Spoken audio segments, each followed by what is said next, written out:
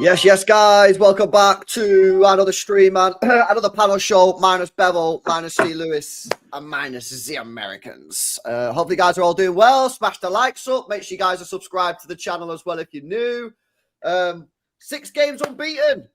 Some people are happy, some people are not happy. We'll find out what the lads are saying, man. But yeah, smash the likes up. Make sure you guys are subbing up to the channel. The lads' links are in the description as well. So make sure you're subbing up to the boys' top line of the description.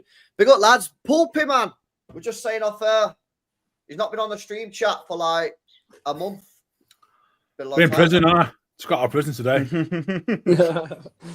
Been in content prison. I've been living up and I've been on holiday, mate. I get some sun. Yeah. Need to go back, to be fair, after last night. Yeah, go on then, bro. Kick us off, man. What are you saying? I got some stick today for saying it was crap, but it was crap. I was quite surprised to see your tweet because you're normally like a happy. Yeah, I was going to say this, Pulpy. You're usually Mr. Positive, so if you're saying it's crap, then it must be. And first half was good. The second half was crap, and we ended up drawing a game, so it was crap. It was just missing that killer. You know, we score a couple of goals and you think that's it, and we just kick on, and then these are the sort of games in the past where we just put another couple in, game over. But the longer the game goes on, once they get into it, you're thinking, do you know what's happening? And everyone knows that what's happening. We're going to go on the ropes here, and they'll start getting a bit of momentum. We just can't seem to finish teams off like we used to. And for me, that's crap. It was just a crap game. I don't know whether it was just the fact that Monaco's a shit stadium. You know, they're absolutely bang average, and it wasn't an enjoyable game to watch. Other than Haaland's 2 goals, it wasn't really that fun. It was a crap game, boring. I agree. And obviously, and that Eric Dyer, man, oh my god, how's he still playing professional football? He's garbage. Yeah, and he's I can't lie, bro. When I saw your tweet last night, I was like, "What?" I was like, as if Pulpy's fucking saying it was shit, man. Normally, you're on the more positive side of things, bro. So I was quite surprised to see it. But changed man. You changed man, mate. You changed man. Now, but I agree on that. I said it last night. I thought, I think, you said exactly what I said. The killer instinct is just not there to go and kill off games. You know what I mean? And people can say like, oh, well, we were 2-1 up, we're not going to go for a third and that. But you need to go to a third because you can't trust our defence at the moment. So we need to go and killing games off. Yeah, so, yeah, I agree, man. I think we're really lacking that. I don't think, that I'll keep saying this, right? But I'm trying to, spin a positive on it. I don't think we're a million miles away from being I was about to say that. We're not far away, are we? We're literally... I've got another goal in that game. We get 3 goals. No, 100%. And we can talk about the fact that we need a right back, we might need a right winger, we need a midfielder, whatever, right? But this current squad is not a bad squad. But the one thing that this squad is missing is that killer mentality, that killer instinct. Yeah, I said it yesterday. I say it again. Did not change my mind. When that second half started, we should have been all out the traps, mate. We should have been going at them 100 mile an hour and kill the game off. Yet we come out in that second half, we fucked about for 25 minutes, did jack shit. Then we put Nico Gonzalez on. Then we started trying to sort of get a third. We started to play better. We didn't take our chances and we got punished. But there's a 25-minute spell there in the second half where we did nothing with the ball. We were just passing it around and then we paid the price. And then people are wondering why Haaland's fuming because Haaland's thinking the same thing that we're thinking. He's probably stood there at the top of the pitch going, what you all doing? Fucking move the ball. You're just passing it around. Yeah. So, yeah, that's where I'm with you, mate. I'm with you, Pulpy. I think everyone suddenly shut up when Haaland came out and said that afterwards. All the Glazers after the game suddenly was quiet then when Haaland said the same thing that we were all saying. So, big up to Erling, man. Expecting more. Go on, Jay. What are you saying? I agree with Pulpy. I thought it was a poor performance. We started off decent enough, but I'm sick of just saying this, decent, all right, we did it. That's not good enough for me. And I think the second half was so lackluster. It didn't look like we wanted to bury the game. And knowing what City have been like in the last 12 months, then we should know that we're going to open ourselves up for trouble in the last 5 to 10 minutes. Even with our improvements this year, we've still lost vital points against Brighton, Arsenal, and now Monaco after the 85th minute. And we're just setting ourselves up for failure by not killing games off, like you said. There's not enough players in this team that are capable of stepping up and going and grabbing a goal at the moment, apart from Erling Haaland. Do you know what I mean? He's got his 2 goals, but who aside from that is scoring goals consistently at the moment where we can say we 100% rely on them to go and grab us one. Like, everyone's trying to say that we played well yesterday. Go through the starting 11, right? Who would you say could definitely had a good game? Like Haaland, Foden. I think it was genuinely just Haaland in the whole team. No, Foden played well yesterday. I think he did all right, LB. Nico, I think he did all right. O'Reilly was all right, yeah. He did a couple of good turns, Foden, and stuff like that on the half turn, but it never really came off for him. Do you know, like that it always like kind of fall away from him at the last second, or like he wouldn't find the right pass. He did all right. He did look all right, but apart from that, Haaland was the only player. O'Reilly did all right as well. I don't think he was amazing. So I think I thought O'Reilly was good yesterday. I think people are glazing the performance, man, and people are like the fact that the referee gave that decision, which was so debatable. I think people are trying to cling to that, saying like which I get, we probably have been robbed a little bit with the decision, but you can't blame that for us losing, because the game should have been fucking dead and buried before that. We shouldn't have been anywhere near that position to be even conceding the last minute equaliser.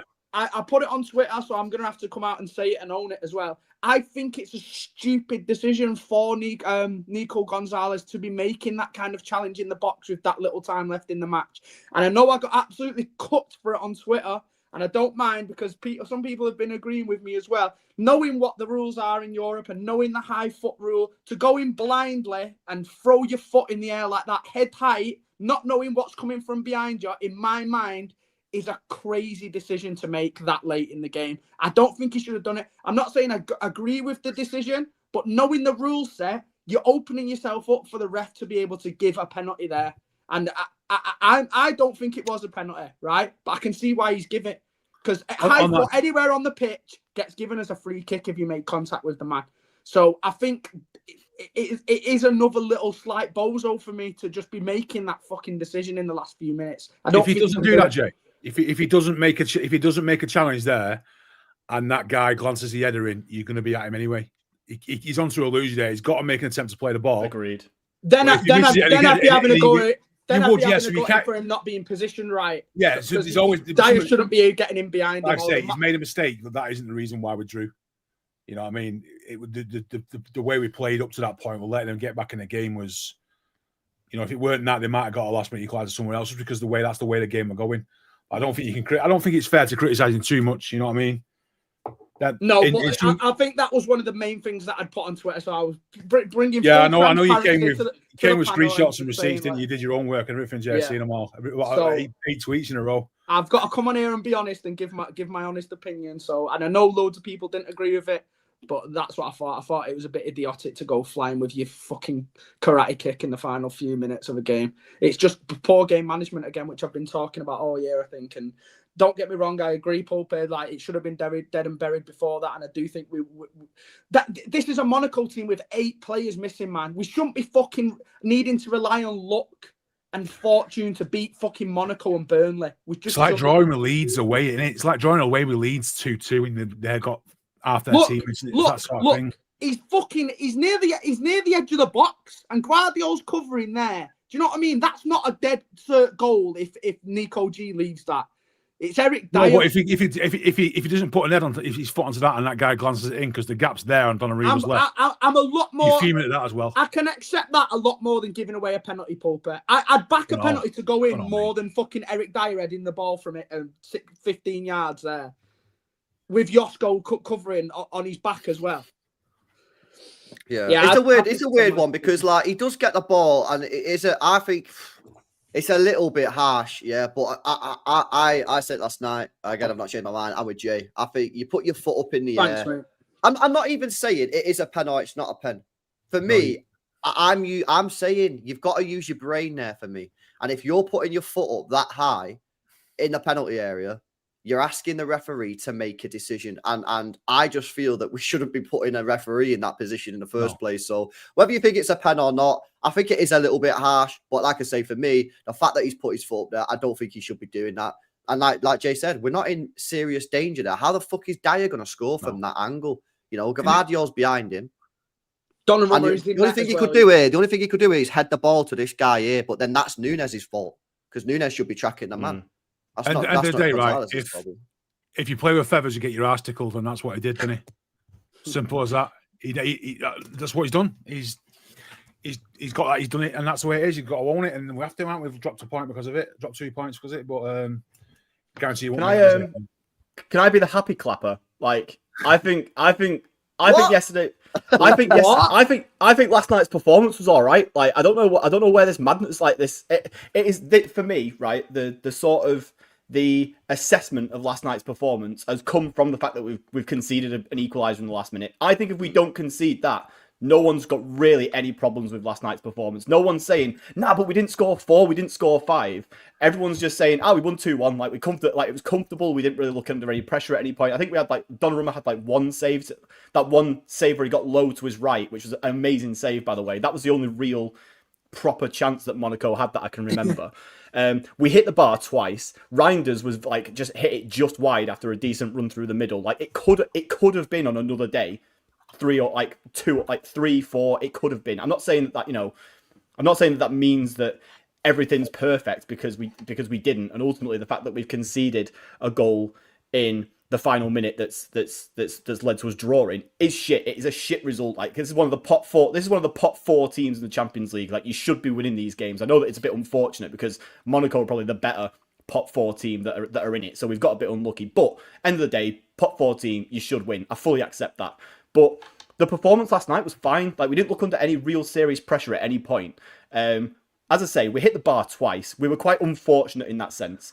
We didn't, Monaco didn't batter us. It's not been like some other games we've seen this season or some other games that we've had. And it certainly wasn't like Jay, you say that the Nico thing was a bozo moment. Like, it's certainly not we're not talking fucking Mateus Nunes playing fucking basketball against Brighton or anything like that. It's nowhere. I've seen rare Joe W in the chat, so I don't know how to feel about that. Yes! I don't know. I just think that last night's performance was absolutely fine. The result was shit, but the performance was fine. And as the fact that every single one of us in this. Presumably, every single one of us agrees that it was a shit refereeing decision last night. Like, I fully accept that if you put your foot up there, you've given the referee decision to make. But we all agreed that he made the wrong decision. Like, that is. We will see players, whether it's in the Premier League or the Champions League, do that multiple times this year, and it won't get given as a penalty. And that's not something that anybody on that pitch, apart from the referee, can legislate for. Even Nico G, as much as you can put as much blame on him as you want in terms of going for a ball that is coming into the box, he can't head it from where he is, because if he heads it, he's heading it into the ground or whatever. And I accept, again, Jay, you've said there his positioning maybe wasn't great, and that's fine. His positioning, I don't think his positioning was great. If he has to make that decision, but also he's barely fucking touched him. Like, he has got the ball. He's barely made any contact. It's not like Sadio Mane. I don't think you can say that. I don't think you can say that's clearly not a penalty. I think it's a 50-50. He's distorted on his shin pad. His face. It's more the fact. 50-50.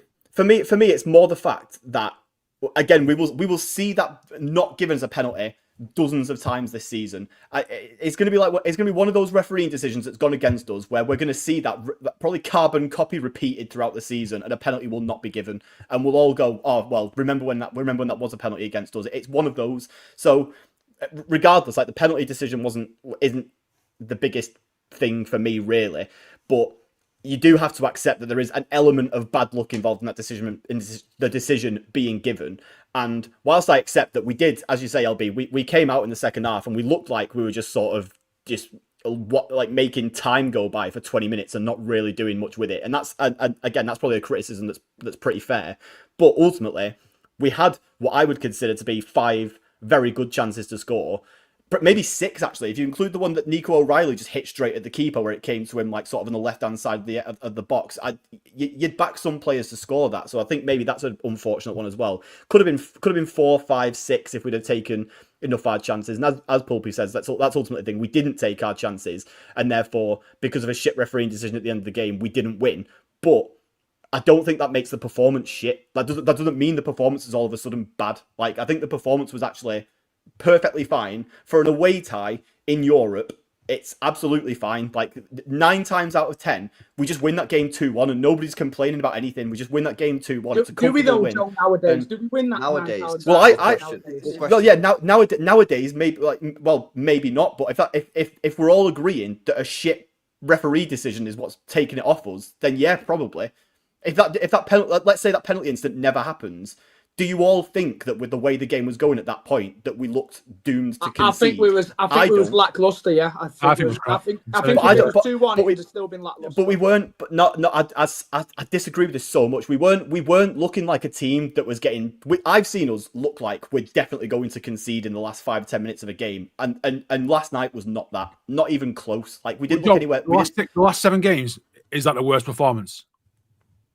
Of the last 7 games, 6, 7, whatever the unbeaten run is. I actually think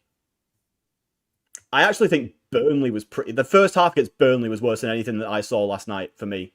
The first half against Burnley was like properly. Like, I thought that was really bad, and I don't think last night got as bad as that. That's what I think personally.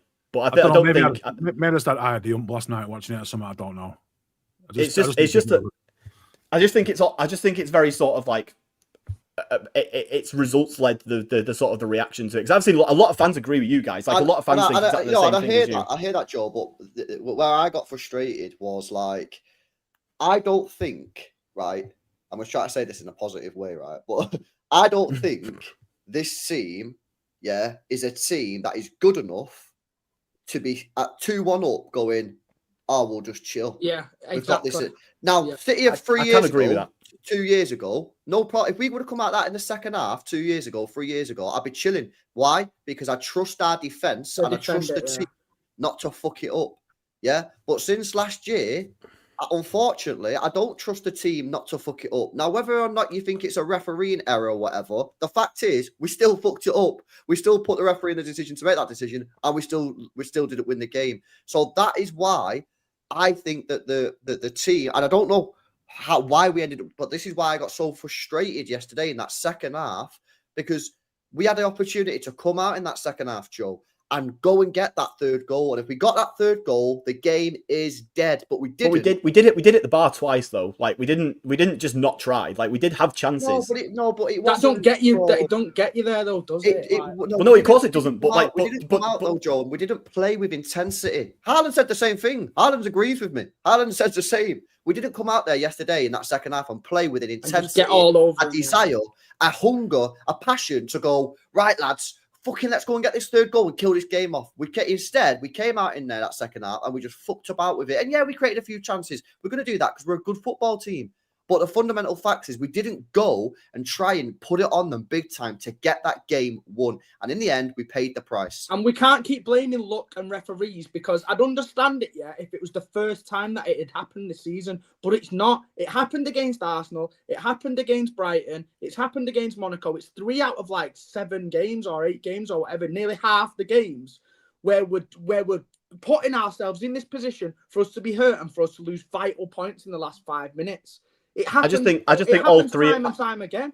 I just think all 3 of those games are so different. Like Brighton is the one where I'm genuinely like, that is a last season level bozo shit show. That one is absolutely like dog shit. But all Arsenal, of them, we didn't bury the games, Joe. Is what I'm trying to say.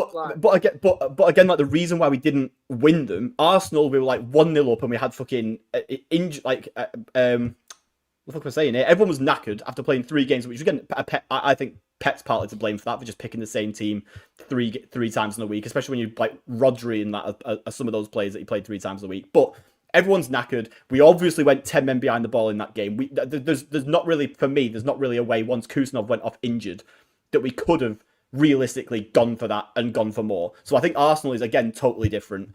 And last night again hit the bar twice. Reinders hits it narrowly wide. If one of those goes in, it's 3-1, and last night's penalty doesn't make a difference. But we're the only way that you can. What we're asking is that they score every chance that we give them, and like. Yeah, that's in the ideal world. Yeah, that is what happens. But there are some games where you just don't score every chance that you get given, and ultimately, that bites you in the arse if something happens last night. I just feel like we need to stop making excuses after every game, man. Like, I feel like there's excuses after every time we drop points. And I feel like I can't be pissed off because we've dropped points again in the last 5 minutes of a game because, we did well, it's fine. Like, we did fine. We were unlucky. Well, no, because it's happened multiple times. It's not just a case of being unlucky. And City Ramble, I'm not comparing Brighton and Monaco. Amos, I know you're always out to get me on Twitter as well. Yeah, I'm not comparing them to as teams. I'm comparing what City are like in both of those games, where it was the same situation where the game wasn't put to bed, and we've given the opposition a chance to get back in the game because we didn't put our chances away, right? So I am pissed off, and I'm allowed to be like Haaland. To be fair, I do get it. In the sense of and this is kind of why I understand, like, even though I don't necessarily agree with it, I totally understand the reaction because you're right. Not even just this. Even if you look beyond this season, the last 12 months, we've thrown away games late so many fucking times that I totally understand why fans are just at a point now where anytime it happens, they're fuming, and that is absolutely, like, I get it. Like, there's not wrong for people to feel pissed off by it. I just think that when it comes to last night's game in particular, I'm fine. I'm fine with the performance. Like, the result isn't good, but I'm fine if we, given how we've looked for the last 5 weeks, and if this is 6 games unbeaten, like, fine. Compare this to fucking how we felt before the international break. Like, that's absolutely. Do you not fine. watch that, Joe, and think if we perform like that against a pot 1 or 2 team, we'd get fucking roasted? Do you not look at that performance last night? That is against a pot 4 Monaco team with 8 first-team players missing, and that's how we played. So do you not think if we played like that last night against a pot 1 or 2 team, we'd get absolutely cooked? Because I did. That's why I don't think it was good, because I think the opposition was very, very, very mediocre, and we made them look above average, in my opinion. Yeah, but they're 2 goals. One's just an absolute screamer that even Donnarumma can't do anything about that. That's just like a mad 25-yard screamer. And the other one's a penalty that shouldn't have been given. Like, we can say what we want about the performance, but the 2 goals we conceded are like you can't do anything about one of them. And you also can't really do anything about the second one because the referee's made a decision that we all agree he shouldn't have made. And I totally get the idea that you've given him the opportunity to make that decision by putting your foot up there. But if we all agree that he shouldn't have made that decision, then we can feel a little bit hard done by that. That is fine. I don't necessarily agree. That's fine. If you think it is a penalty, then you're obviously going to feel differently about it. I just think it's a 50-50 decision, and it's just a stupid decision to even put your foot up there. I can see why it's given, even if I don't agree with it. Do you know what I mean? So I can't really moan. Right. On what you just said then, Jay, about the pot 4 teams, though. Mm-hmm. Look at the other pot 4 teams that are absolutely battered last night. That Newcastle won 4-0. Real Madrid won 5-1. You know what I mean? They're the pot those teams are levels below Monaco. That's not like on paper, right. But Monaco were depleted and they've been shit recently. So they were equivalent. I do agree. Yeah, they were. They did have a lot of injuries, didn't they? So that to me is why I ultimately said the game was crap, is because the standard that we put out against a team that we should be beating easily anyway, and the fact that they were depleted and we let them back in the game, that's why I say it's crap. Just to clarify my point, though, I don't know if Joe knows this, but I didn't think we played terribly. I just don't like the lack of killer mentality in the side, bro. That's my problem. Yeah, I actually thought we played all right. That's valid. I thought Holden played well. I thought Haaland was exceptional, obviously, with his finishing. And I thought the team played okay. I don't think they played amazing. I just think they played okay.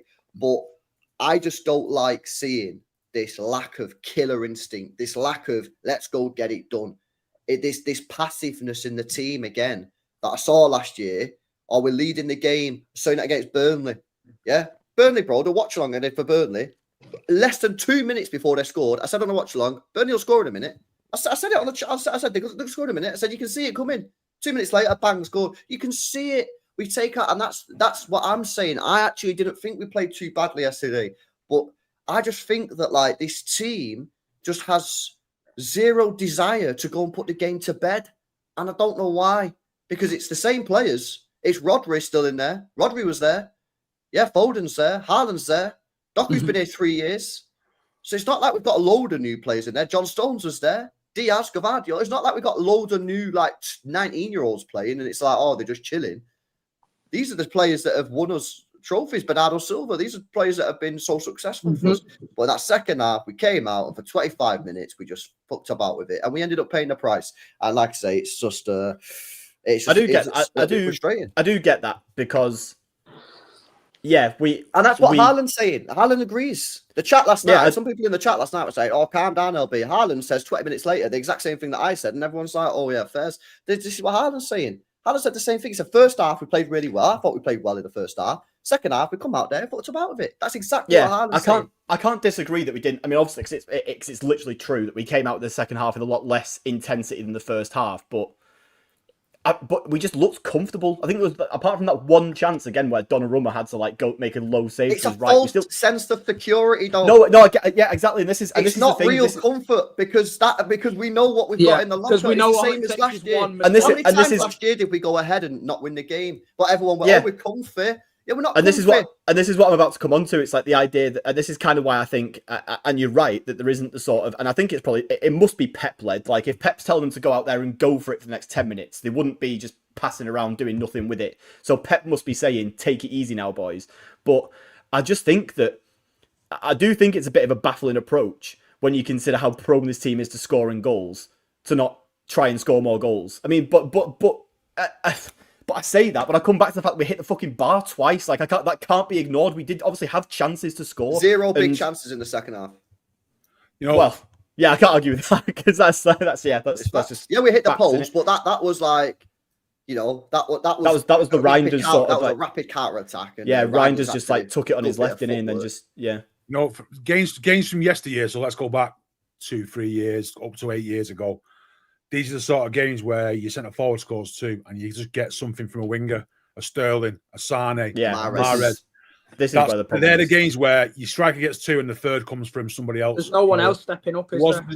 That's obviously folding at the bar. That would have been the goal, but we seem to be having more of these games where Ireland's contribution is not backed up with somebody else, and that is where we go to kill it. And that's what Mahrez was great at that, by the way. When he pulled in, Mahrez always used to get good for a goal, but just somebody for a dirty goal or something, just to isn't somebody to pop up with the third one, just to finish the game off. Isn't Esteve our second top goal scorer this year from Burnley? That's joint with Foden. Joint with Foden. So our second top goal scorer this year, after all the games we've played, is Burnley fucking centre back. You try and tell me that's not an issue and everything's hunky dory, then you need to fucking have a good. I don't think anybody who thinks last night was a good performance thinks it's cool that the second top goal scorer has 2 goals. Those two are not the same thing. Yeah, I think it is crazy, and this is why I think we need to go all out for Elise in the summer, mate. Because Pulpy's right, man. We got to get players in the team who can. Because at the moment, obviously Haaland gets goals, and this is why I get frustrated because we should be, and we can glaze him. We'll come on to him in a bit, right? But them 2 finishes from Erling Haaland yesterday were absolutely exceptional. That header, man. That header was so good. Header is a world class, mate. Yeah, and we should be sitting here going, how fucking lucky are we to have Erling Haaland as our... But instead, we're sitting here going, how the fuck did we draw that game, man? Yeah, that header that he scored. Remember that Ronaldo one where he hung in the air forever and just... That's the Cristiano Ronaldo header, that. He just jumped back and forth and you can see it like a cinematic masterpiece just going. Crazy for him to get the amount of power on it that he did because it was really just like a floated pass into it. It was a nothing cross, really. So to generate the power that he did, man, just the direction of so... Yeah, good. Yeah. All right, then let me come to some of these chats, man. Chat, smash these likes up as well if you've not done so already, man.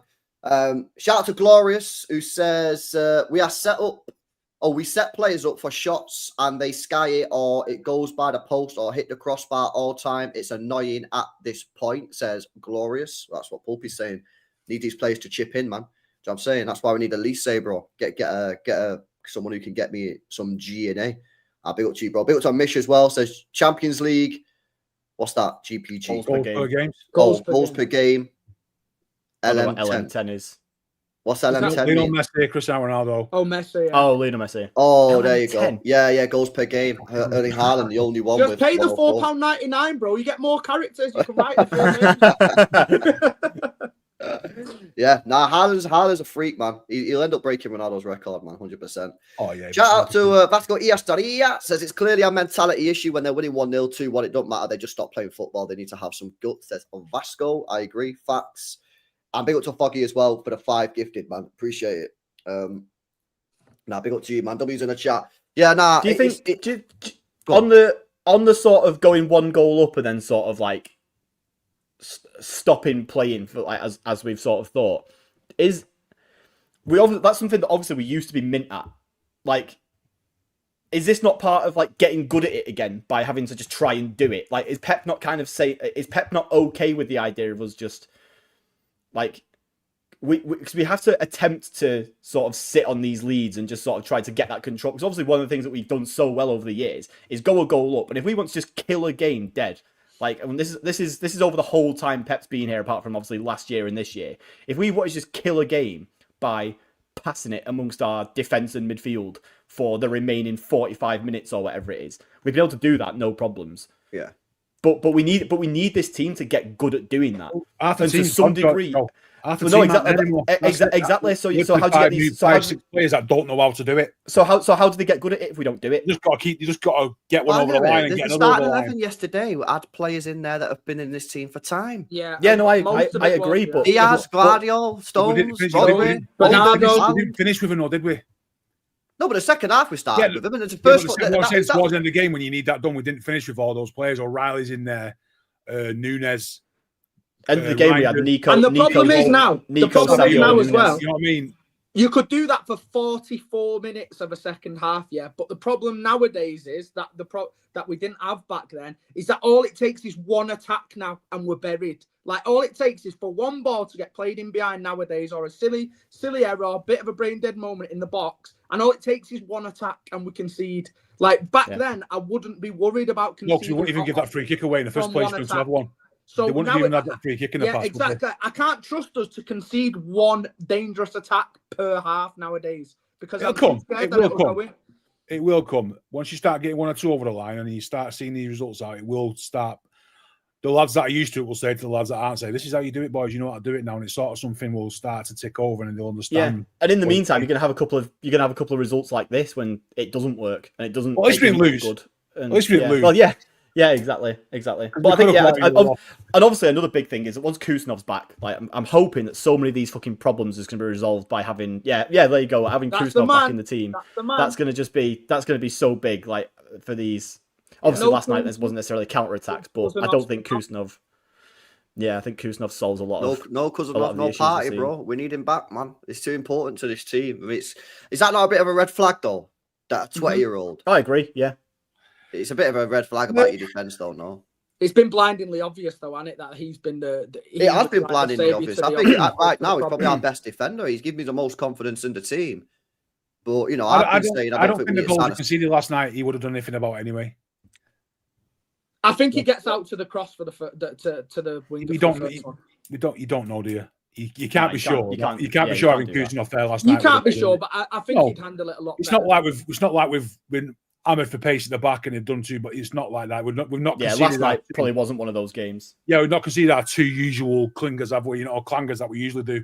Just haven't conceded a worldie and then a suspect penalty. So I don't know, man. We definitely need him back though. But yeah, I mean, going back to the point that you was making before about one of the guys in the super chat said it as well. We need to be getting players that can score goals. You know what I mean? It's a real issue, man. And yeah, 100%.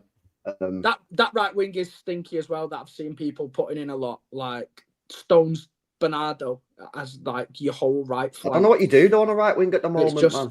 Like you've got to have one of them to be at least a little bit attacking in it. So if you're going to play Bernardo right wing, I would have probably liked to have seen Nunes there, whether he's got a bozo in him or not. So it's against Monaco. You need someone high and wide on the pitch. Yeah, and if you're going to play Stones at right back, then you need to have more of an attacking winger to be high and wide. So a Bob or a Savinho. Do you know what I mean? Or Foden on the wing.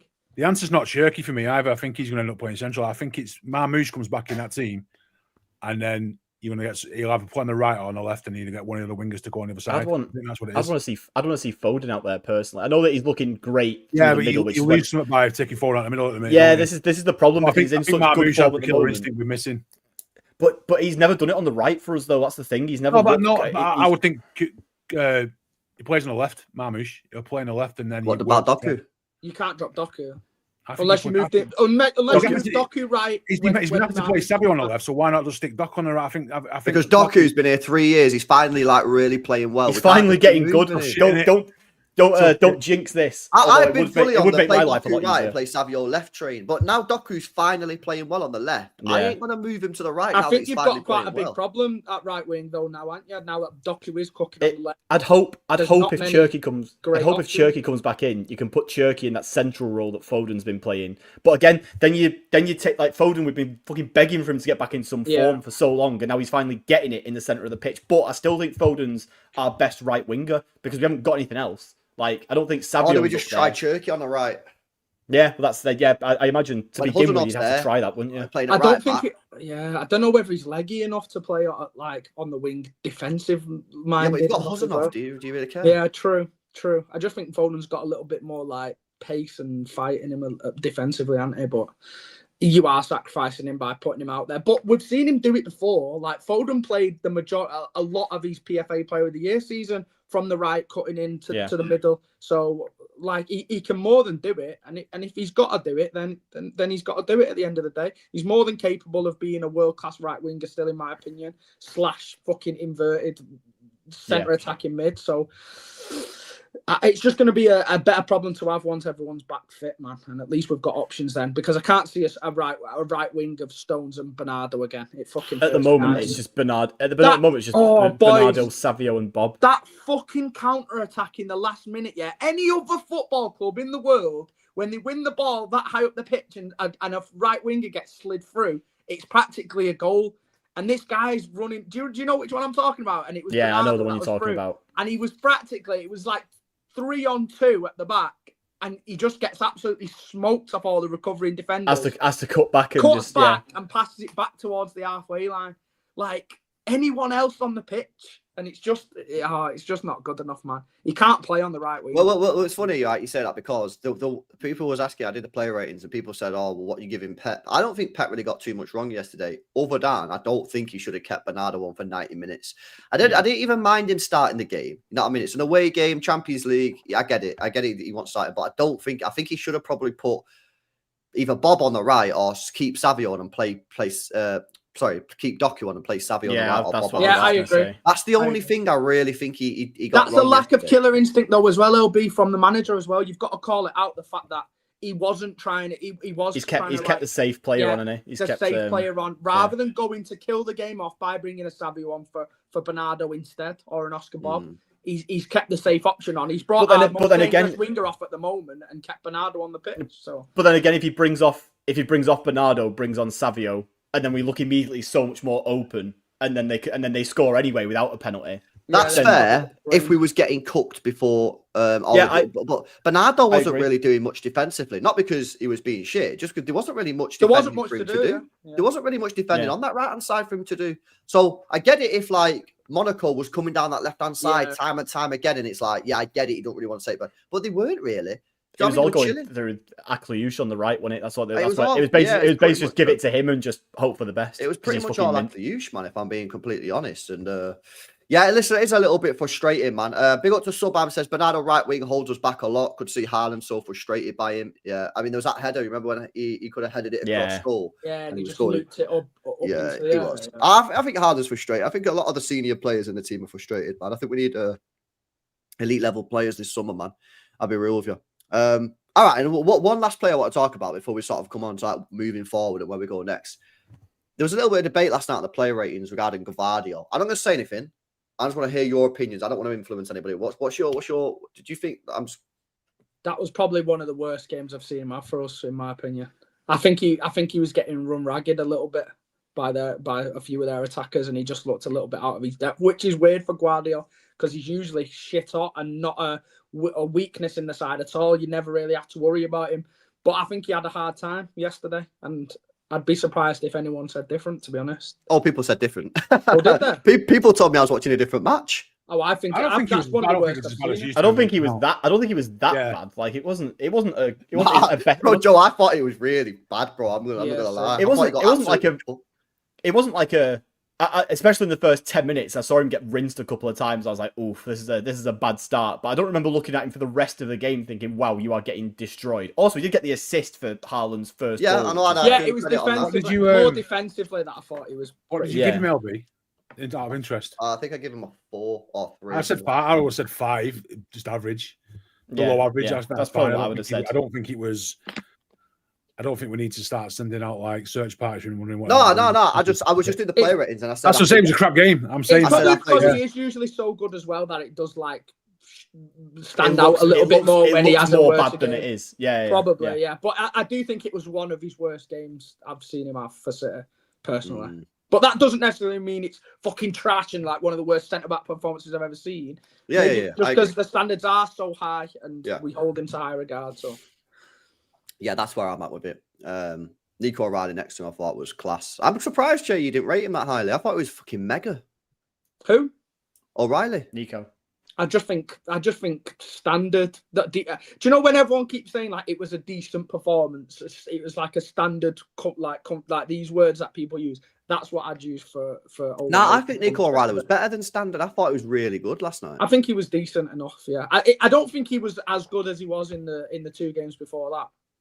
He was just active, wasn't he? Yeah, but I like his willingness to like go forward, carry the ball and stuff like that. He was showing a lot of that yesterday, which a lot of the players on the pitch wasn't. So. I think if it was Nico O'Reilly and it was just another random left back with a different foreign name, he would have been saying he was that good. He was just all right. It's just because of the fact that it's because he's an academy lad and you think there's something about him, and that's what people probably think that he was a bit better than he was, and probably think that he's a bit better than he is. You know, if that was Zinchenko that did what he did yesterday, he wouldn't be saying he was great.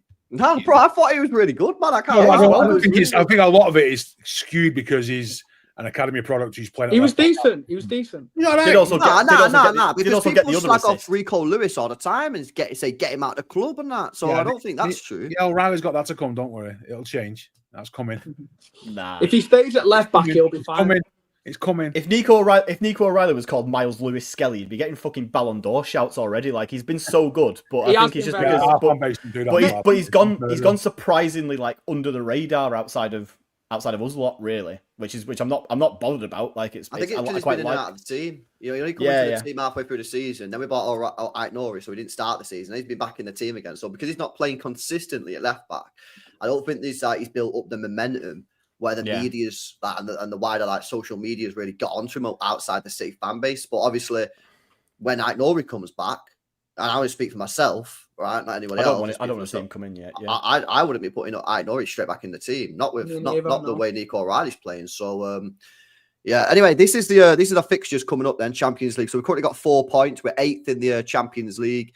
If we're saying that we need to be targeting 17 points, which I think we would all agree that's the target. 16 last year got your Champions League top 8 with goal difference. So if we say target 17, obviously that leaves us in a position where we still got a bit of a job to do. I don't know about you guys. I think these next 2 games as a must win. Not acceptable draw, not acceptable lot. We have to win the game. That should have been Monaco though, in my opinion, because these 2 games are a lot harder now. No. I agree. But obviously it is what it is now. Yeah. If you drop points in the next 2, I think you're going to struggle, man, again. Dortmund are playing... Villarreal got a draw against Juventus last night, and Dortmund have smashed Bilbao, didn't they? Or was that... Was it Dortmund who picked... They did batter whoever it was they were playing against. I'm sure it was something 1, wasn't it? It was something 1 or something 2. Yeah, 4-1 they beat Atletico Bilbao last night, so they've been cooking Dortmund. Yeah, I mean, the good news is we're at home in that game. Yeah, but it's tough. This is why I think this Monaco result was so disappointing, and that's why I was so pissed off last night, because I think this should have been the gimme. And people say, oh, it's away in Europe and stuff like that, but it was a depleted Monaco team. So now we're going into these next 2 games with a squeaky bum time a bit. Our arse's going, because the tough ones, and like you say, they're probably like must wins now to carry the confidence. We win our home games, all our home games, and then you need one win away, and that is enough. Yeah. And the rest, I don't care about the other ones. But Villarreal, if we don't win, so be it. Real Madrid, if we don't win, so be it. But we'll win the others and I've already accepted. I've mentally accepted the defeat to Real Madrid. That's wait. So what are you saying? Just... What are you saying? I'm saying Villarreal a draw, home games all wins, smash Bodo Glint 9-0, and then whatever Real Madrid, so be it. 9-0. Oh, I think there's your stat padding right there. Oh, I think Leverkusen will. That's your Ireland double hat trick. No, Leverkusen are dog shit. Current season Leverkusen are poo-poo. Let's say Dortmund are all right, but we can beat Dortmund at home, no problem. Right, so 4 + 9, that's 13. So you need what? 4 points. We need 12, don't we? Villarreal. I think 13 gets us through. To be fair, that 13 is 17, which is what you're saying. Yeah, but basically, you're agreeing with me though, Paul. But we need to win the next 2 games. Well, I said Villarreal is what it is. I'm happy to take a point there. But that means don't you have to beat Real Madrid then? Or not? No, then we beat Dortmund, then we beat Leverkusen. Dortmund's Leverkusen. 10, and then we smash Galatasaray, and that's 13, and then we just absolutely annihilate Bodo Glimt 9-0, and that's 16.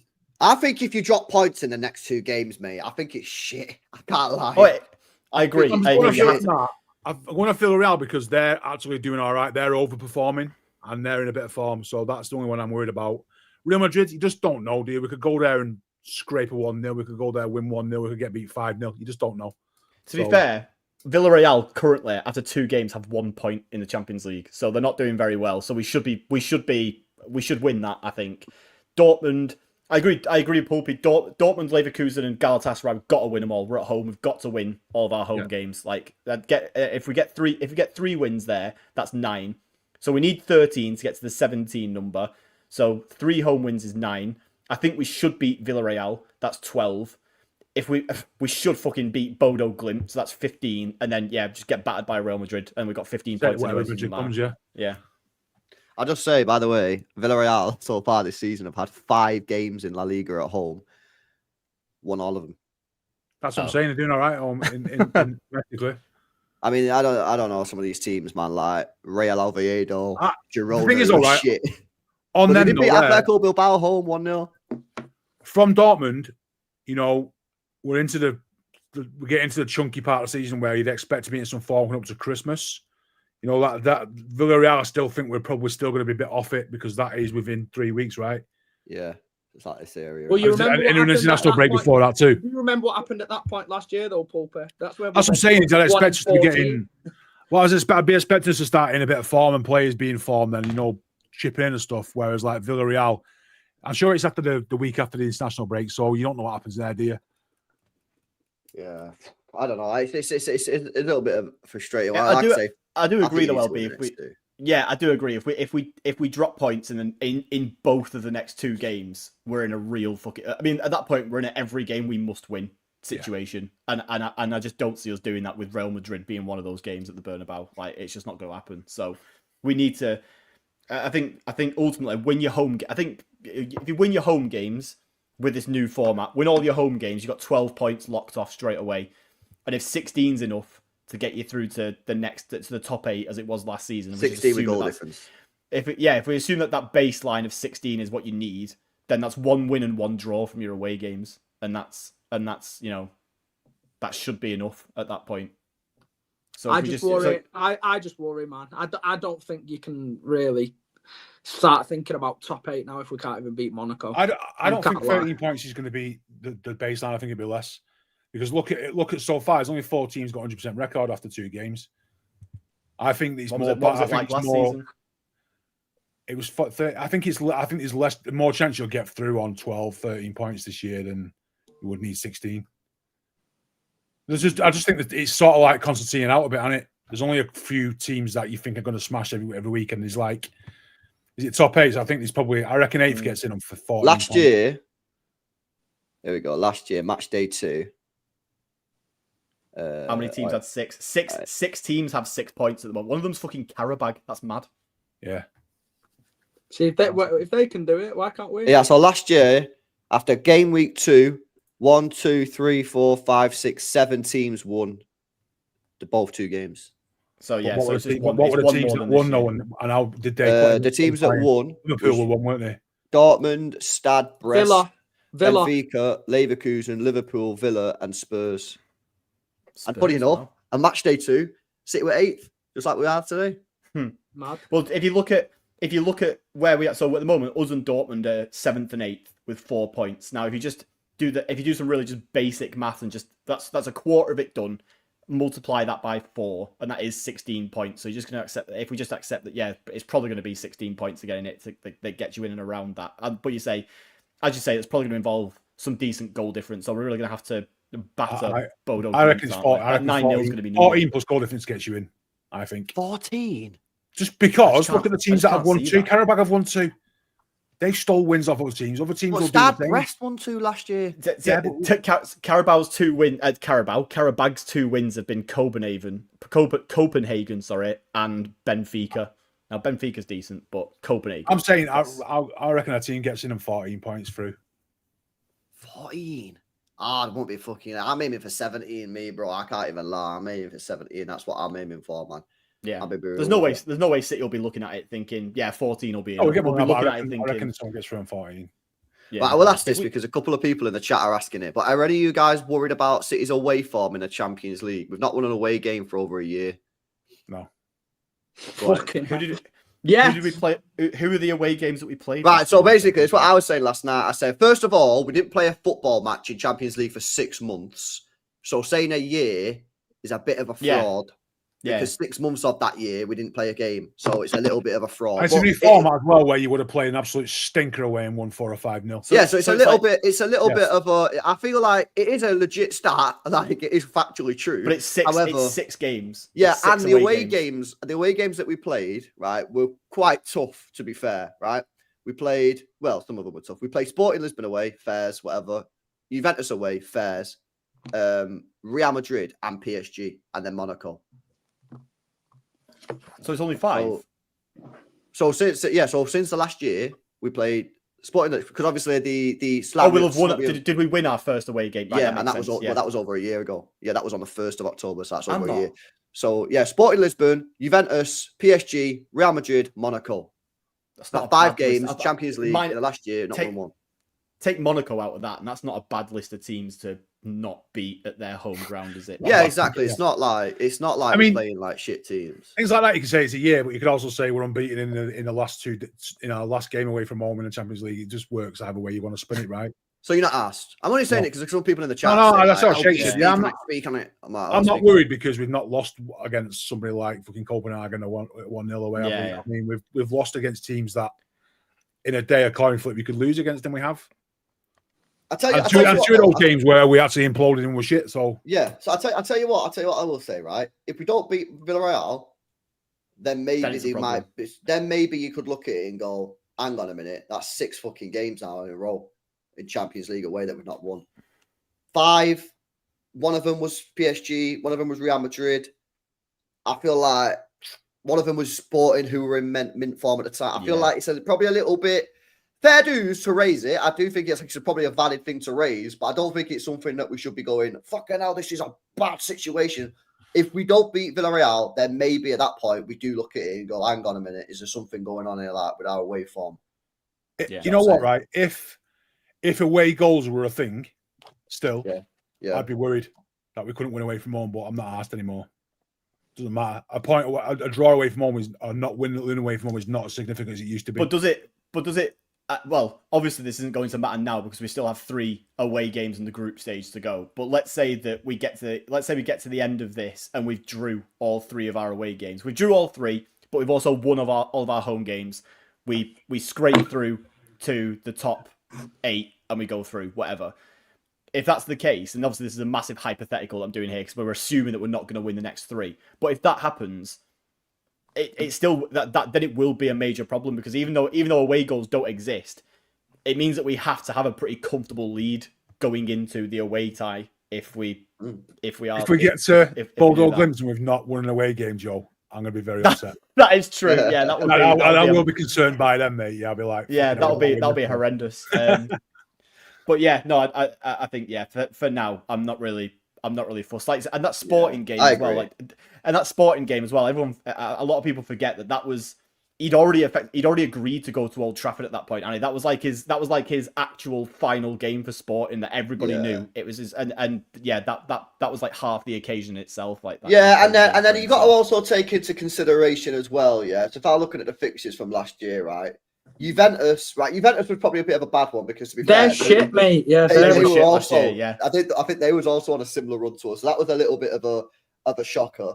PSG, they actually won the fucking tournament, so fair talks. Yeah. Real Madrid, basically, we give up in that second leg anyway. You know what I mean? Like, so like I say, for me, I don't really look at that stat and go, oh my God, yeah, we need to talk about it loads. I just think, yeah, highlight it first. If we don't beat Villarreal, then I might be looking at it a little bit more and going, like, what the fuck? But yeah, I think it's probably a little bit too soon. And saying a year, whilst technically true, it's 5 games. Yeah, you know what I mean? It's 5 games. It's like saying we've not won. Oh fuck! I was gonna say the Club World Cup, but we had that in summer. Shit. No, never mind. Ignore me. That was going to be a good point until I realised we had another Club World Cup in summer. Yeah. We got FGFC says, question to all of you: do you think Pep leaves 2026 or sees out his contract? I feel like if we win something big, he'd want to leave on a high. I think he definitely wants to leave on a high. So I guess by 2026, do you mean this year? Or do you reckon he means this year? Summer, wouldn't it? Yeah.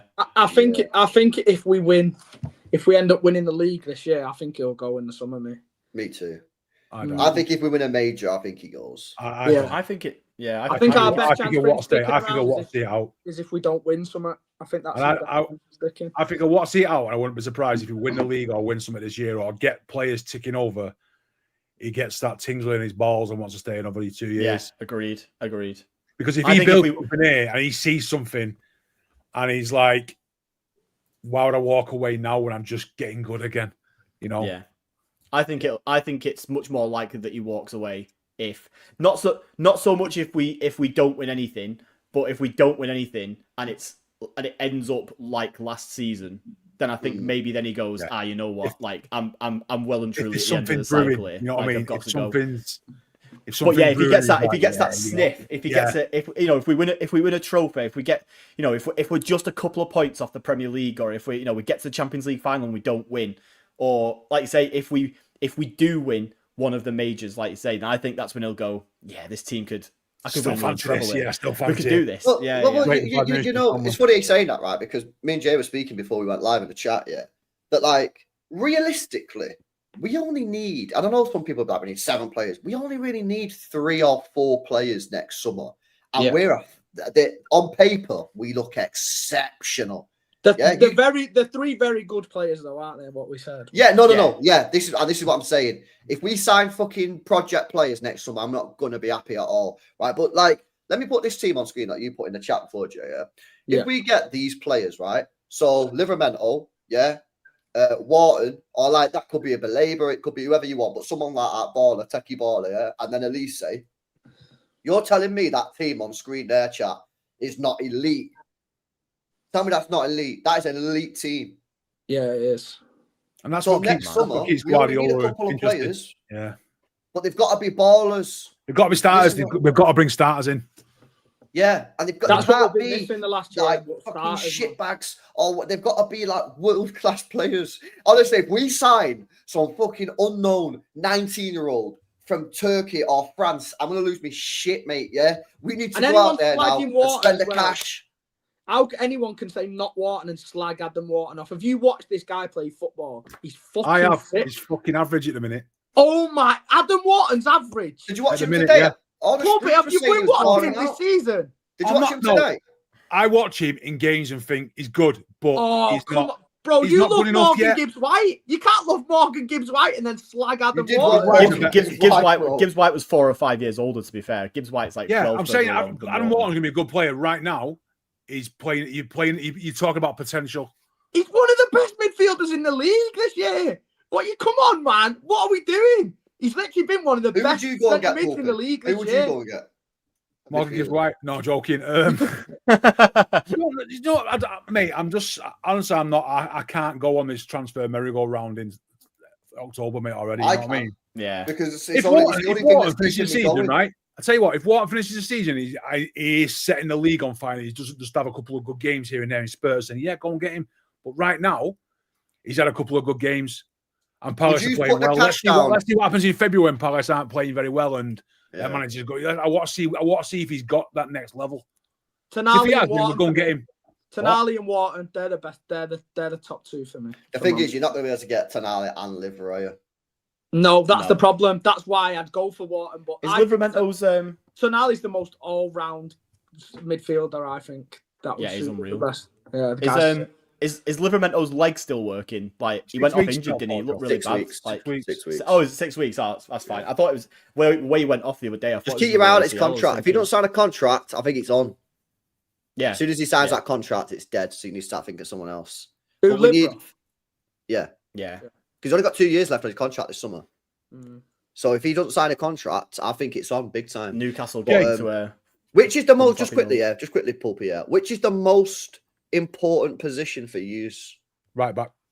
We did this as all well, day didn't long.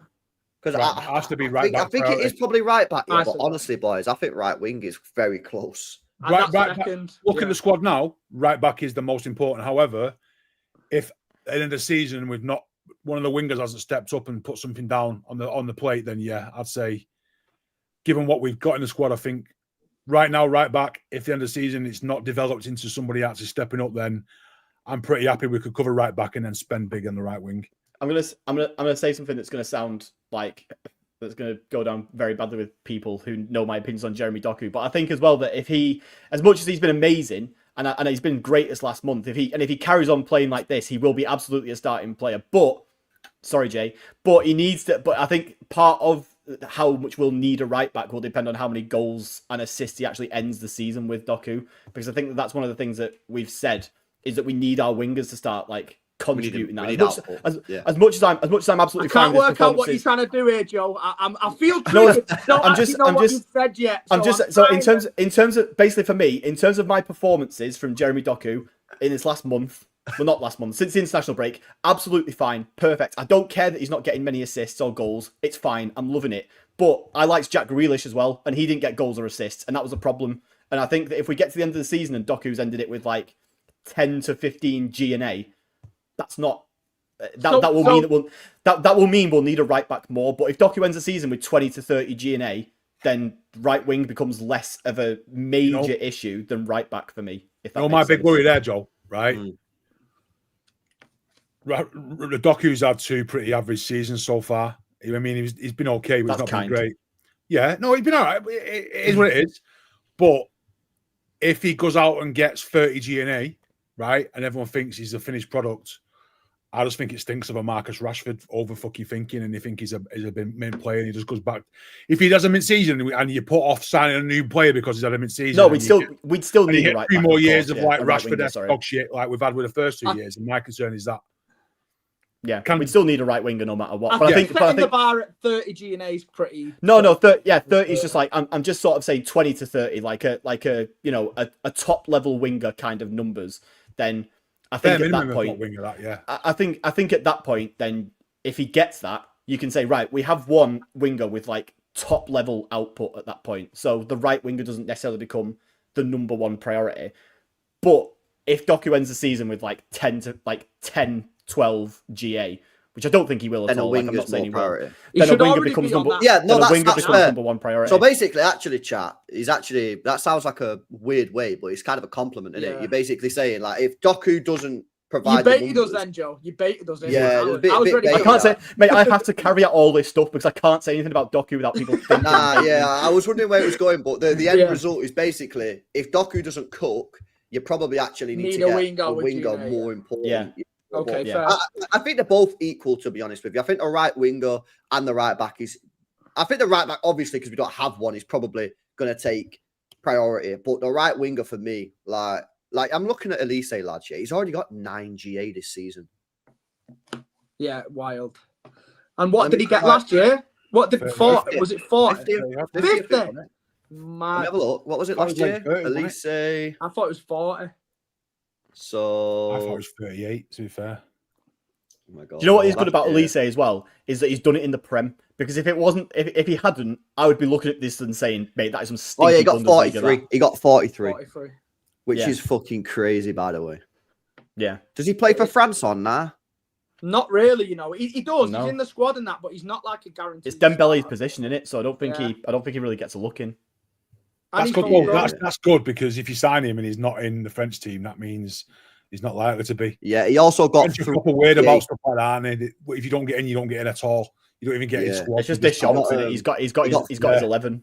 He got 3 GA last season for France as well. So all competitions, he got 46. 46 goals. That's the killer we need. Because if he's on the pitch yesterday, chat, he gets the 3rd goal and we win the game. But you got Bernardo on the pitch, who's not going to score. No, Bernardo hatred, but he ain't going to score or assist, mate. That's not what he does. Yeah. So you need someone like that for me. And we need these elite players. You know, I started to heat up on it. The rumours are starting to circle.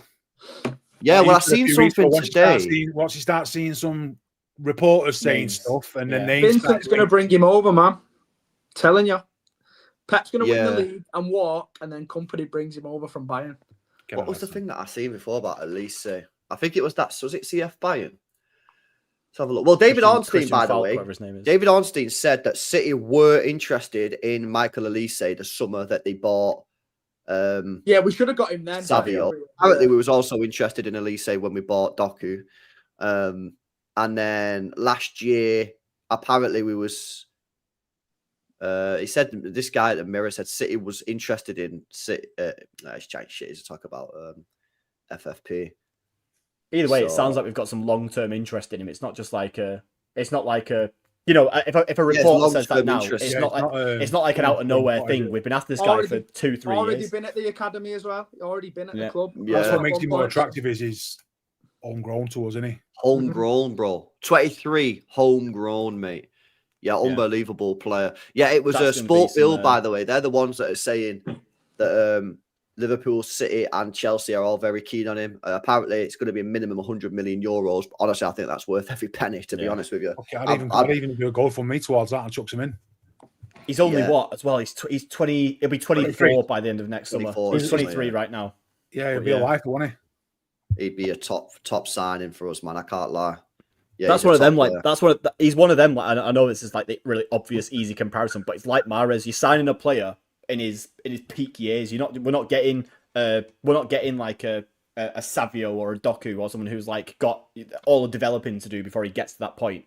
Like we're signing a guy who's like there already. Like that signing from Paris would have been like signing Savinho, wouldn't it? But now he's been out to Bayern Munich and absolutely smashed it. It would have been. Yeah, it would have been. It would have been a bit. He's gone out and proven it at another level. Yeah, probably 2 levels above Paris. Yeah, agreed. He's now shown that like he can do it at like the top level. Especially, I mean, when it comes to Elise, I'm looking more at the Champions League with him as well because I think for Bayern the Bundesliga, like the Bundesliga is one thing, but the next one is the Champions League. Yeah, absolutely. That's why I said 2. Yeah, that would be mega, man. Other than him, I'm trying to think of right wingers that you could get that like a mega that could provide you with the numbers. Not that are affordable. That at that level. You're only talking fucking Yamal, really, who would be that. I think you have to go all in, don't you, for Elise? Yeah. Oh, you know what? I'd take Dembele at City, mate.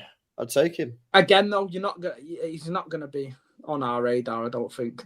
Elise is probably top 3 with those 2 in the world at the moment, and he's probably the most attainable one. So I think that's the one you go for, isn't it? And he's homegrown as well.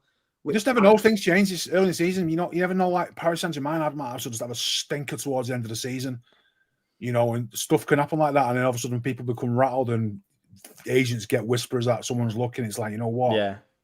Some people saying it's like us getting rid of Rodri now, isn't it? I just can't see it happening. Some people are saying in the chat as well, Dembele's 28, and if you're going to pay that kind of whatever PSG would ask would be too much for a 28-year-old, wouldn't it? So, or Rafinha, if he's available. Big G&A, but not as good as Elise, in my opinion. He's not as good as Elise, but he's still fucking mint. Like not that young either. And Rafinha's 28 as well. About 28. Yeah, Rafinha's the same kind of age. Yeah, but 28 is still fine. Doing his thing. I know 28 is old. Yeah. I know that you're not really into the whole age thing right now, but if you're gonna get offered Elise who's 5 years younger, then you're gonna go with that. It does make a difference, especially when you are talking like 100 mil. Like it matters. Yeah, 100%. I definitely think Elise an extra 5 years, and he's homegrown as well, isn't he? So he's got to be at the top of the priority list. Yeah, but obviously if you can't get him, then you just move down the list, don't you? You go to Rafinha.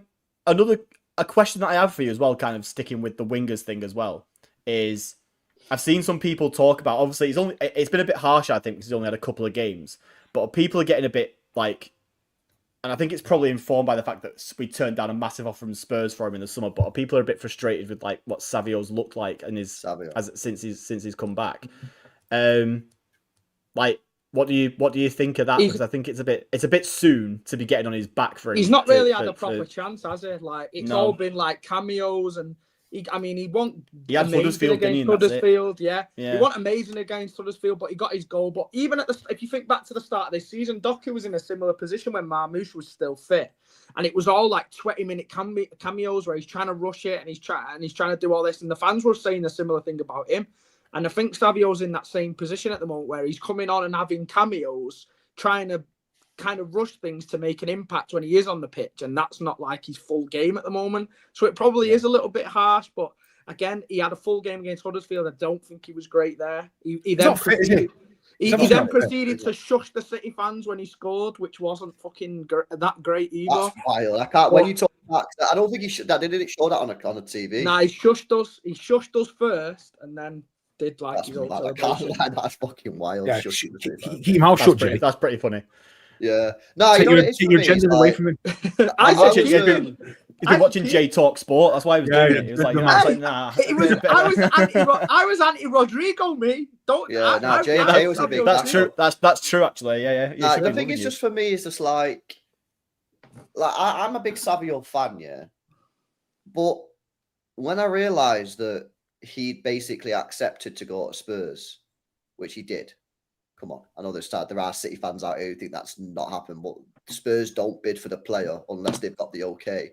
I was just a bit like, bro, what do you mean you're open to going to Spurs? Like, what's all that about? LB, all that is the money. It's not the glory. It's not the style of play. Money and living. But that doesn't make it any better. No, but it's purely financial. No, it doesn't make any better. Mate, you're telling me, right, that if you got offered a job now to go and work, let's say you went to go and work at TNT Sports and sat your YouTube off for 400 grand a year, well, you wouldn't do it. Yeah, that's but wait a sec. That's not the right. That's not. No, you would think, you know what? I do enjoy YouTube, and it's like right, but I'm gonna go and make the money. No, that's not. That's not. It's like LB. If you got offered, to triple your, okay, we'll say double because it's probably going to be doubling it if it was Spurs. I think, what was he on, like 30k when he joined us? 40k. 40, innit? Yeah, so let's say double, maybe triple. We'll be generous and say triple. If you got offered triple to join a YouTube channel on a salary with, this is football, with mutants. A third, yeah, no, worse than that. But so it's got like a third of the viewership, like a third of the everything that comes with it. You're taking a content step backwards, but you're getting triple the money, and you're moving to London. What are you doing? I fucking hate London. He's growing his hair and going. Okay. You can stay wherever you want, but you're getting triple the money.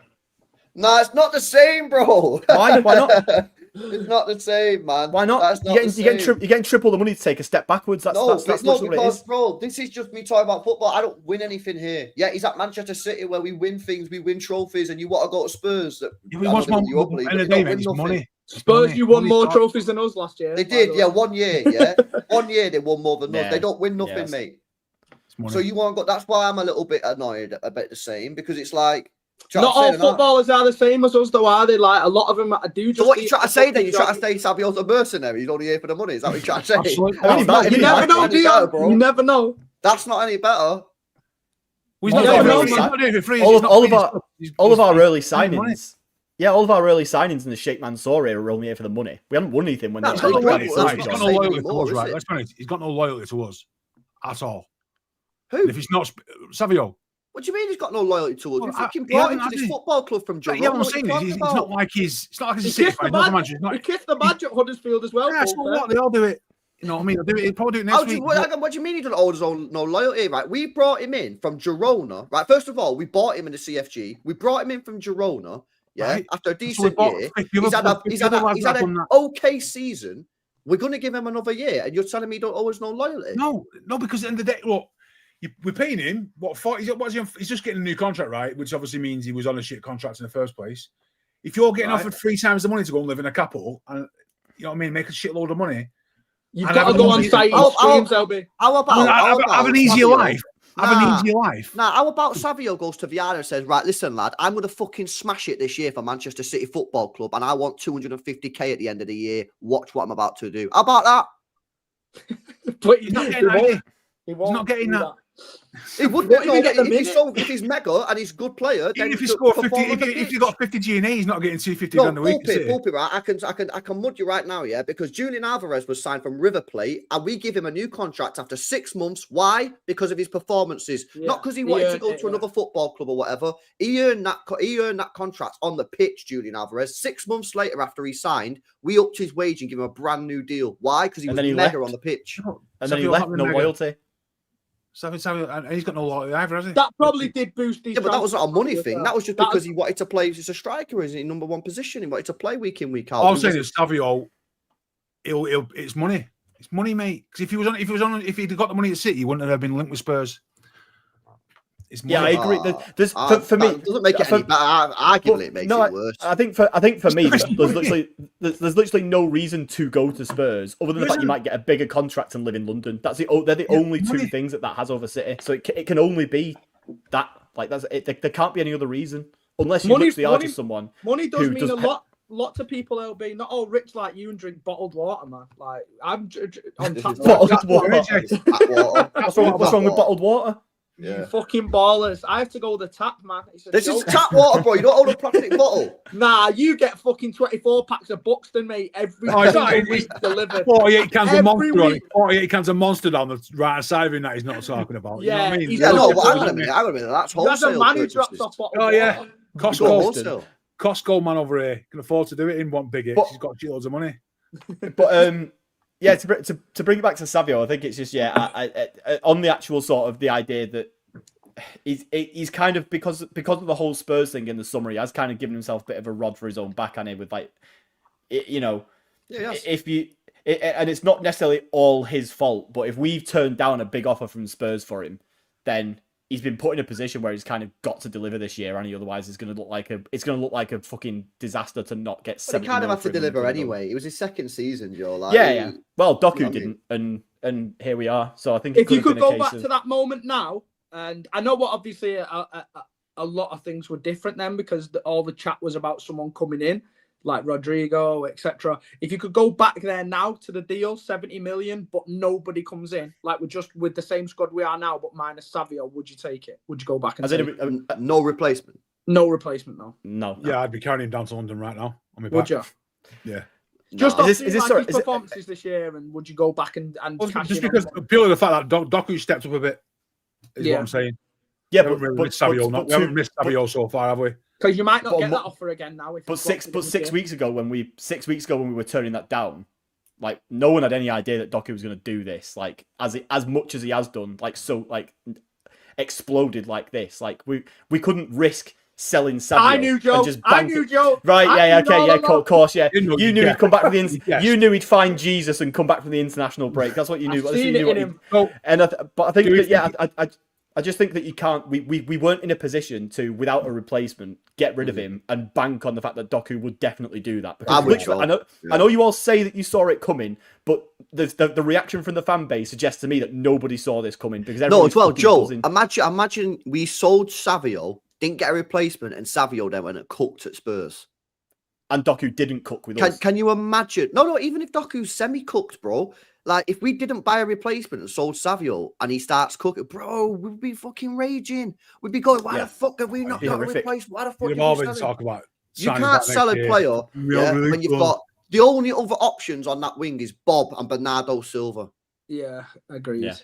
Do we think he's going at the end of the season, Savio, or do you think he's staying? Do you think we'll cash in again? I think he's still got. That's what I was saying before about it being too early. He's got plenty of time to still have a mint season. Like, he can still do it. I just think he needs to get.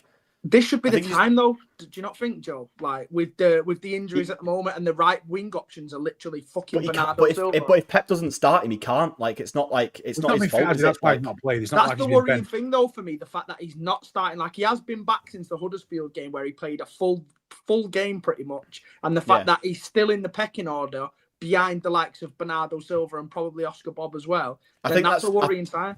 I think that's probably just as much though Pep not wanting to, like, if it ain't broke, don't fix it with the starting 11 as much as he possibly can. Like, we found a team that... And the fact that he probably wanted to go, and he's now down the pecking order, he's got to graft and get back in, and he's been unfit. Has he been selected for Brazil or not? I don't know. I don't think he'll get in Brazil squad. I'm guessing not. He's Pep bigged him up in the press conference recently. He seems to be he's saying things in press conferences that suggest that he's quite, he believes in what Savio can do. But I think it's just a case of, he's got a team at the moment that is on an unbeaten run, which is what we need right now. And I think if you mess with that too much and take out, Bernardo is a safe, steady pair of hands in that situation.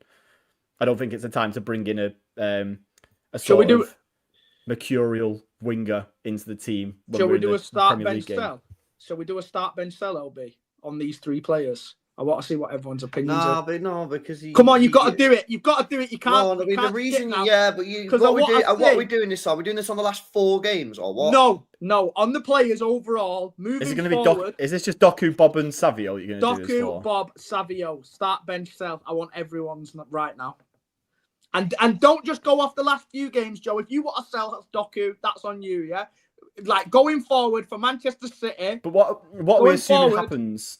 You're gonna start one, bench one, and sell one. If we sell these players, whoever it is we sell, are we getting a replacement? Yeah, are we getting a replacement? No, right. Don't overthink it. Yeah. Don't overthink it. No, but this is the point. Right. I don't want to sell. Just right now, as the squad is, no replacement. Right. Start bench sell those 3 players. Start Doku, bench Bob, sell Savio. Yeah, okay. That's it. Do you agree, Albert? Currently, you can see everything flashing. All his tweets flashing before his eyes, receipts, everything. selling Savio over Bob's our best winger. Because this is gonna be the biggest flip flop of all time here, regardless. Bro, I'll be real, yeah. I don't know. Stop sitting on the fence, man.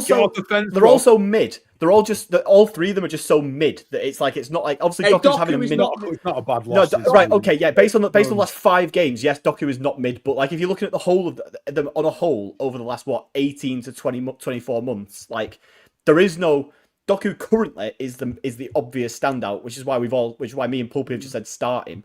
But I think. You can't say anyone's. Don't let him get away with this, by the way. He's trying to fucking get away with it. LB, what's your answer? He's looking at it. He's looking at stuff. What are you trying to research? He's getting the numbers up. He's up to summer, isn't he? What are you doing? Just answer the question. LB, ask yourself, LB. Has anyone had as good a season? There you go. I promise, like, and even. This is you trying to answer the question. I promise, like, and even it's been a weird these past few months, and knowing come on, just ask yourself, LB. Have either of Doku or Bob had a season as good as that Girona season that Savio had? That's the real question. Why are you selling him then, Joe? Just imagine a year on the left. Just imagine a year on the left. Because I want LB to just embrace Savio. Come on, and just LB. say it. Come on. I'm rushing you for an answer here, man. They've all got mad potential. Right. You don't want potential players anymore, though. Project players. Come on. That's the question. But they're all project players, though. City aren't giving you a job, man. Say it with chest. All 3 of us would have said the same thing, right? It's just LB that's going to go different. And come on. Can I also throw another question in? Sorry, like if we sell them, are we getting this? Are we getting the same amount of money for all 3, or am I just getting? No, there's no financing involved. No, nothing involved. LB, answer the question, bro. We're getting. If I'm getting 70 mil for Bob, I'll do that instead of Savio. But like, I don't think you're infecting him, Joe. No more distractions now. LB, what's your answer? Ahora sí va en serio. Ahora seguro. Tic-tac, tic-tac, tic-tac. Empezamos. I'm just going to keep playing memes to delay. Oh my God, bro. Come on, the chat want to know, man. If Doku,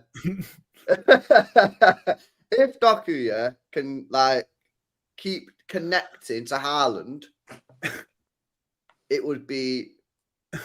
I think I'd sell. I think I'd sell Savinho. Hey, what a flip-flop! What a I think I'd sell flip-flop! Savinho, bro. The complete opposite to what you were saying in the summer. Wild. Yeah, no, wait a sec. Can I explain myself on now? Go on, go. Wait until you find out he's starting, Bob. No, wait a sec, yeah. My thing with Doku, yeah, was that he couldn't connect to Haaland. That was my major gripe. I've always defended his numbers. I've always said his actual underlying numbers are actually not even that bad. The bad is GNA per 90 minutes. But I can't have a winger at the football club that only got 1 assist to Haaland in 2 years. That was my thing. Now, if Doku can connect to Haaland, and it's looking so far this season pretty positive, yeah, then I'll probably sell Savio over Bob. But it's a tough one, man. I can't lie. So you starting Doku then? It would be, yeah, because obviously Bob's still early days, isn't it? Yeah. First, so everyone's saying. Tarek, well, it's the young players, man. Next week we might be starting Bob and saying Doku. You know what I'm saying? I'd actually sell Bob. Me, I'd have. Yeah, I was gonna say Tarek made a good point in the chat about in terms of like top level output. We've actually seen that Savio is capable of that, whereas Bob, we have literally not seen it. Potential of Bob. We've not seen Bob play. I've just not. Yeah, but that's the point. Based on the fact we've not seen him play, we can't sit here and say, right, we'll sell that guy who's had a mint year in a top league because we haven't seen Bob play yet. I kind of get that side of things. I'm still selling Savio because I know we're getting 70 mil for him if we sell him in this hypothetical world. But yeah, I just think. But if you got 70 million for all three of them, you'd sell Bob.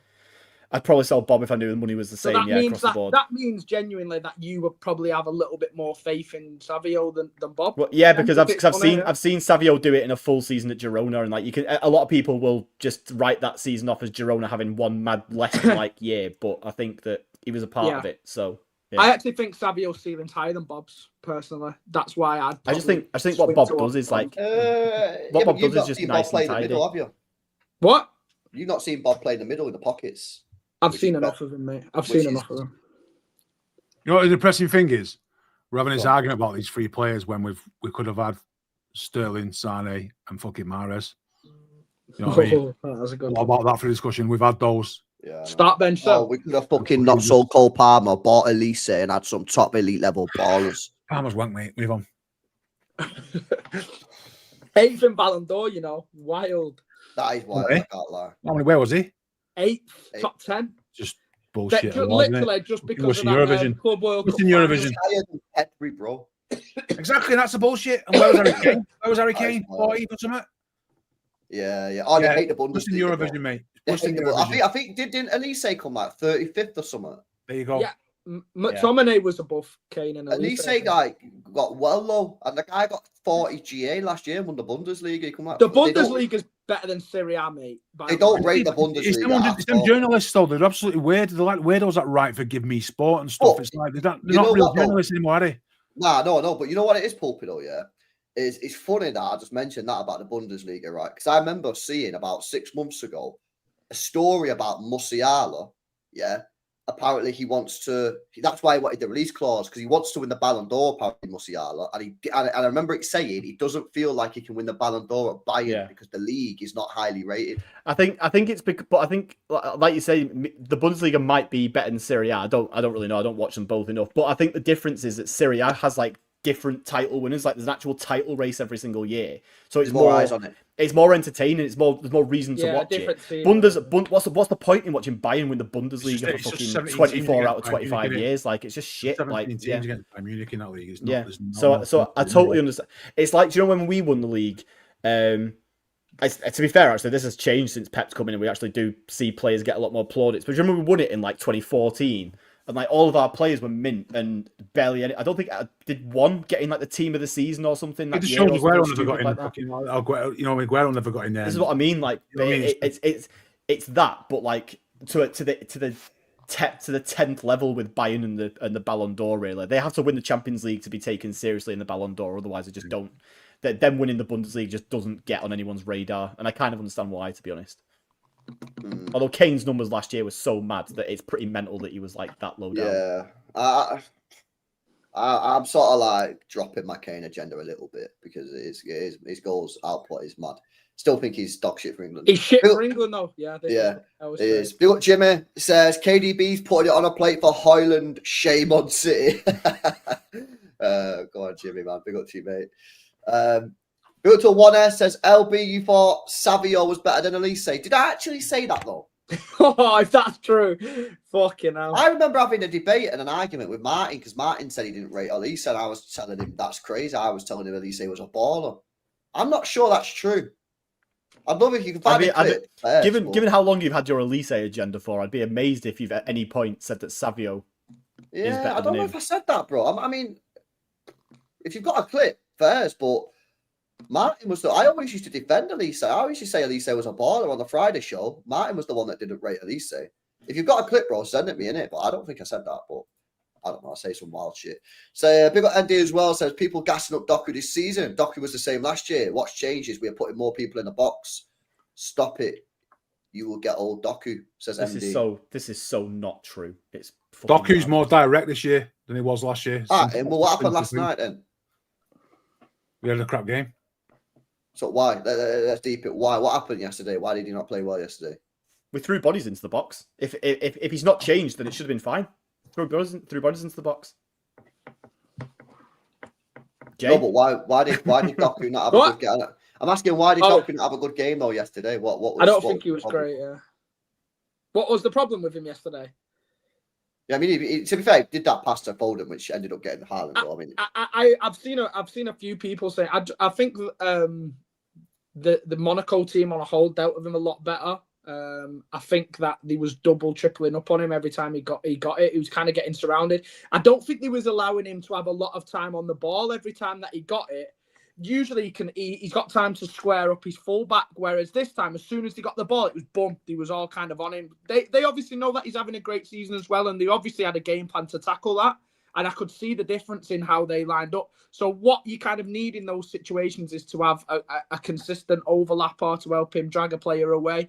And O'Reilly, as good as he is going forward, he likes to mix it up a bit, doesn't he? Sometimes he underlaps, sometimes he overlaps, sometimes he comes into midfield. So you don't get that natural, consistent overlapper. So I just think that they managed to double and triple team him up last night better than most. What did you think of that Vanderson last night? Did he go off injured? 20 minutes, wasn't he? He went off injured, didn't he? But is that the guy? Yeah. He looked good going forward. He looked like he was good going forward. He looked like he was keen.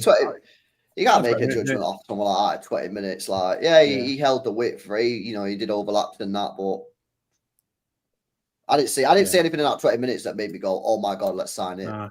That would have been another project as well, which I can't really be asked with. So, well, the thing is, he's 24. It's not even a project. Yeah, but he still is a project because his miles on the clock aren't that much at 24, are they? At top level. Right. So on the Doku thing though, I don't think last night it's not a problem that he didn't play particularly well last night. Obviously, he'll probably be back to normal at the weekend when he inevitably starts against Brentford. But in terms of what the original chat said, I just think the idea that this what we're watching now this season is just the same as the last 2 years, but there are more players in the box is just mad. There's just it's so different. And if it was the same, Doku would have had the unanimous fan-wide hype that he's been getting this last month for the last 2 years, but he hasn't because he hasn't been this guy. And it's just said he's improved.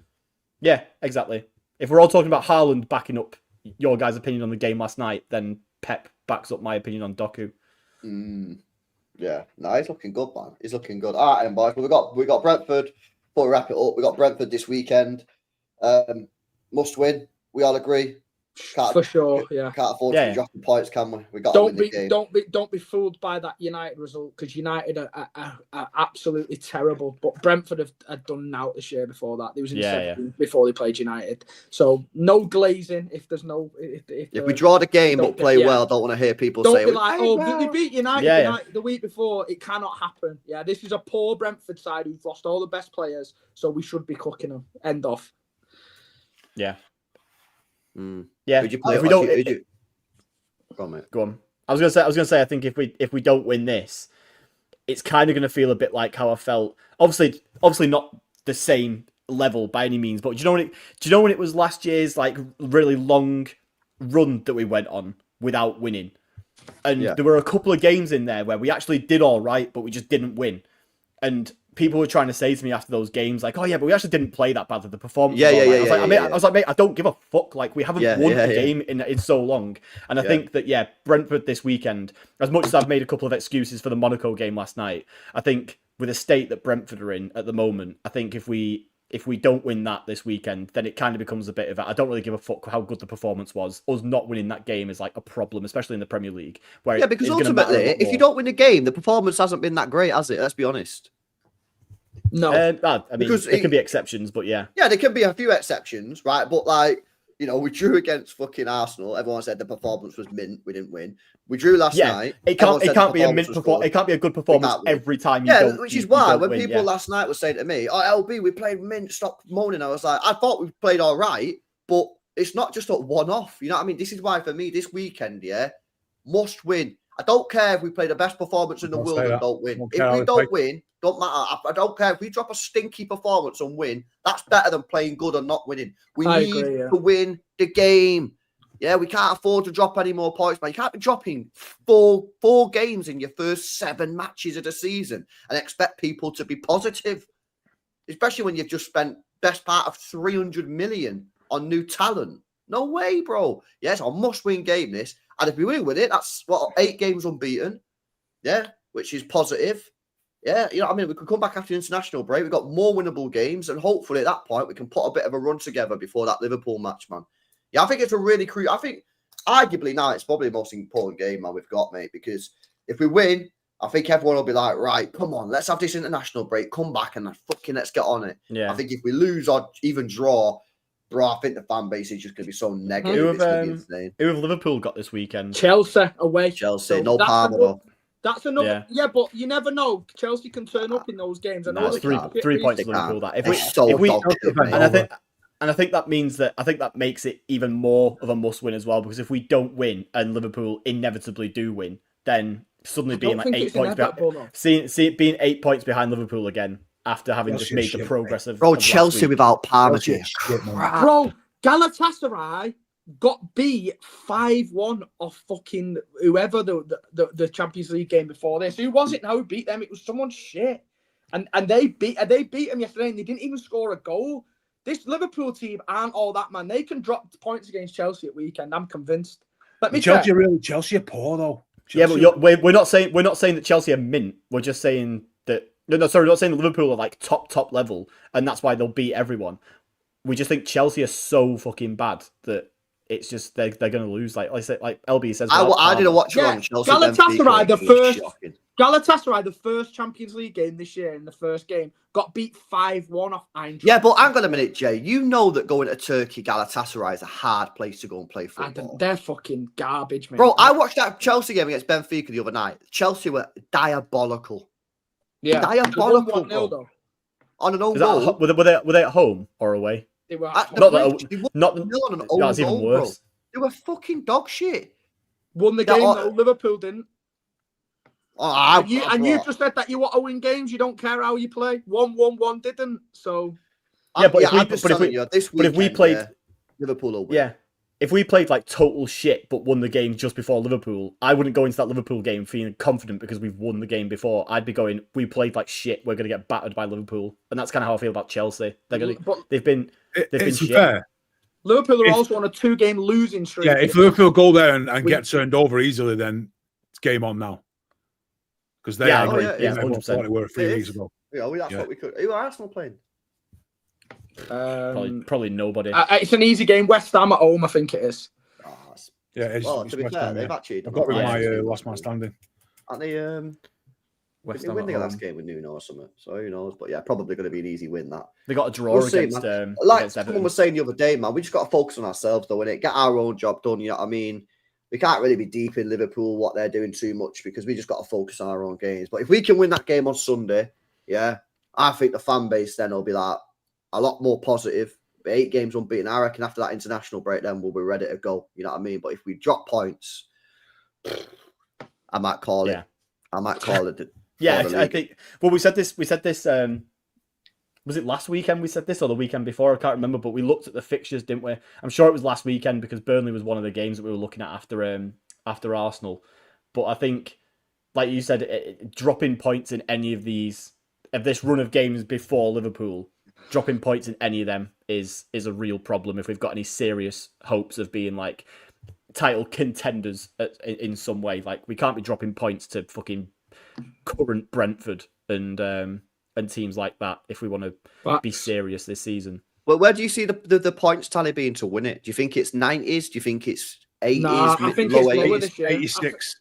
I think the gap's closed between the rest of the teams and the top 4 teams. So I think there's going to be a lot more drop points, like in every game, pretty much. So I think mid 80s as well. Mid 80s, It was 84 last year, but obviously I think it'll probably be similar. they were on the beach for the last 4 games. They didn't win a single game the last 4, Liverpool. So really, if they were It pushed, could have been 90. higher, yeah. It should have been 90, yeah, but I reckon it'll probably be similar this year, but it'll go closer to the end, more like push to the end a little bit more, I think. Well, we got 71 last year. We got 71 points last year. We drew 8 and lost 9. Losing 9 is horrific. So surely we're gonna, so surely you'd think City are gonna make at least 80. It's just how much can we push on that? What was our result at Brentford last year? Like, obviously we've talked about like some of the games we've played this year that we've improved on last year's results. What did we do? Don't we usually struggle against them? year? I remember fucking Ivan Toney always used to cook us as well, didn't I? Yeah. It was 2-2 away in January. Yeah. So if we get a win, then again it's just another game that we're 2 points up on. Guess what? We were 2-0 up. Yeah. Brentford scored in the 82nd and 92nd. I remember the game. That was the game when Martin rang me at 2-0 up on the watch along going, what crisis? Yeah. And I was like, yo, chill. And I went up drawing the game. Yeah. How many of those fucking games did we have last year? I'll tell you which one it was. That was the one where fucking Akanji, fucking didn't go in for that header properly. Yeah. And then Ortega dropped a stinker in that game. Oh, it's the Ortega talking game. about Ortega being Norgard won it. Yeah.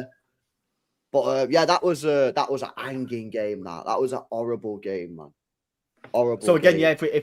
if we win that, then it's 2 points won over last season's total, and that's kind of what I think we need to really be looking at this year in terms of like there's just all those shit games that we didn't win last year.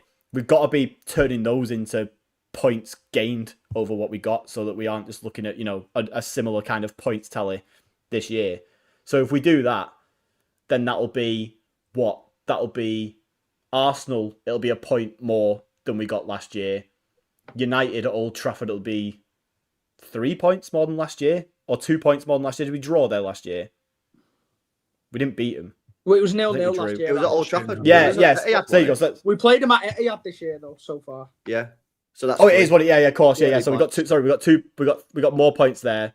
So if we do that again with this Brentford game, it's looking good compared to last season, which is what I'm really bothered about at this point, because even if you're not looking at it, before you even begin to look at or think about a serious title race come the end of the season, I'm just bothered on, are we actually improving on what we did last year? And at the moment, yeah. So what would we be? We'd be 7 points above where we was last year on the corresponding game. 6, I think. Yeah, 6, because it's three up on United. 1 up on Arsenal. 1 up on Arsenal, then 2 up on Brentford if we win that game. Oh, yeah. We drew the game. Yeah. So yeah, 6. Was it 6? Did you say? Yeah, 6 points better than last year if we win this game based on the corresponding matches. And then who we got after that?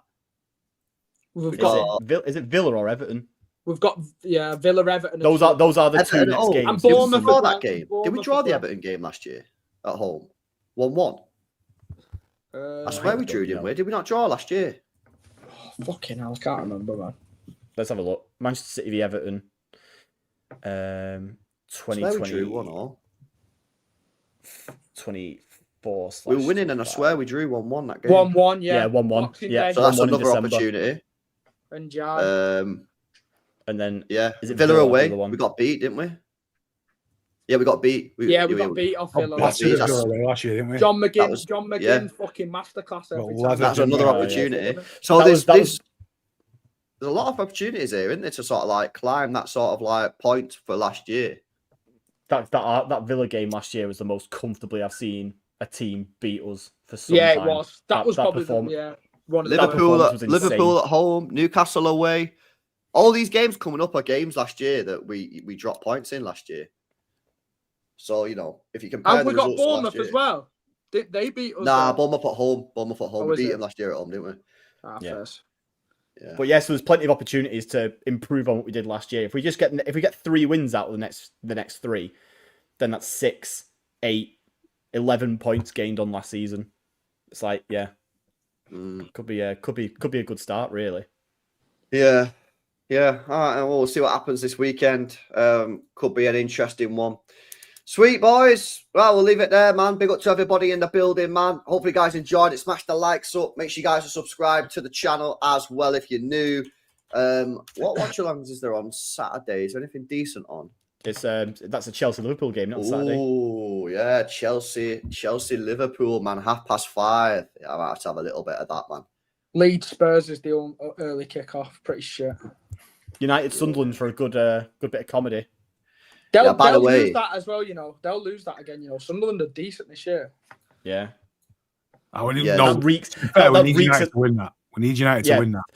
That reeks of the kind of game that because we're all convinced they'll lose because of the run they're on, they'll actually get something out of it. They'll get a penalty or something. They'll win 2-1 in 90th minute. And we need that real win so they can just sort of like fend off the sacking for a little bit longer. Yeah, I hear it. By the way, someone just tagged me in a post.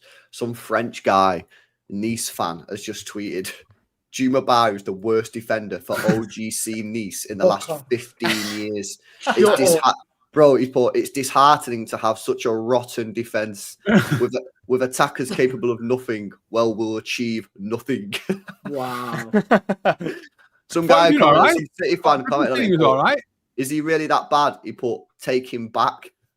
Wow. Yeah, I thought he had a good year last year.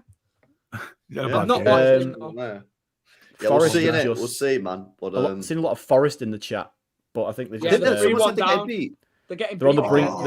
It's 3-2. They just scored a penalty. How can that fat Greek waiter sack Nuno and bring this bum in, man? It's ridiculous, isn't it? It's awful, isn't it? It's awful. Yeah, they're in the 93rd minute. Chris Woods just scored a penalty, so there can't be much time left. And this is in the Conference League as well, isn't it? The one that everyone's man. Europa League. No, it's Europa League. Oh, is it Europa? Yeah. It's still Midtjylland, though, isn't it? It's still Midtjylland at home, though. Midtjylland are a Conference League level opponent, aren't they? Really, you should be battering them at home as well. Oh man, Angie's so fucking stinky. Bro, have you seen the fixtures as well? Yeah. Check this. Yeah, they've got Newcastle away, they've got Chelsea at home, they've got Porto at home, Bournemouth away, and then United at home. And they lost against Sunderland that weekend as well. That's the next 5 games. And this is after they've already played Arsenal. Like that was his first game on it, Arsenal, and it was a cup game against Swansea, and then whoever they've had in there. But it's fucking. He must have just hated Nuno by the end to just get rid of him with those fixtures on the horizon, because it's. Do you know when sometimes like this they know they're going to sack a manager, but they wait until there's like a kind run of fixtures for them to get given like a nice easy start. He's just gone, nah, fuck this, get out Nuno. We're going to bring in Ange for the worst run of 7 or 8 games we can possibly imagine. You should see their record, you know. They've won 1 in 16 games. Football home was you quick when you flap your gums and run your mouth and think you're a top team when you've not had a good season out of nowhere. That was a flash in the pan last year, man. Exactly. It humbles you quickly, man. When you think you're something you're not. You've been out there for 39 years, whatever it was. You have one good season. It wasn't even like a flash in like a full season. It was a flash in like 5 months. From February onwards, it just fell off, and then and they've not recovered. When you're fucking thinking better than you are. Yeah, but you know what else happens, Pulpy, in teams like that? After a while, managers and other teams clock how to beat you. Yeah, and you've got to answer, and you're losing games. It was like Leicester, right? I always say that when Leicester won the league, and this is I'm not taking anything away from Leicester here, but when Leicester won the league that year, everybody played a high line. They were the team to beat Leicester, or we'll beat them, we'll go at them, and Jamie Vardy and Mahrez hit people on the counter attack. As soon as they won the league, match week 1 of the second season, everybody just played low block and said, "Go on, then break us down," and they couldn't do it for some reason. in football, when teams like find like something that really works, managers just take ages to adapt against them. Managers get braver, like we'll be the ones to go there and put it on them. And in that Leicester year, nobody did until they actually won the league. And then everybody the year after just went, well, look, rock you. And then they didn't have the answer. Well, same thing got happening to Villa is now, isn't it? Villa are sort of like being found out and they can't get results. They can't score for shit. Yeah. He comes at you quick, man, when you flap your gums. Nah, facts, man. Hold facts. that, Forest fans. Yeah, sweet. Right, lads, big up to everybody, man. Hope you guys enjoyed it. Smash the likes. Make sure you subscribe. Martin's live.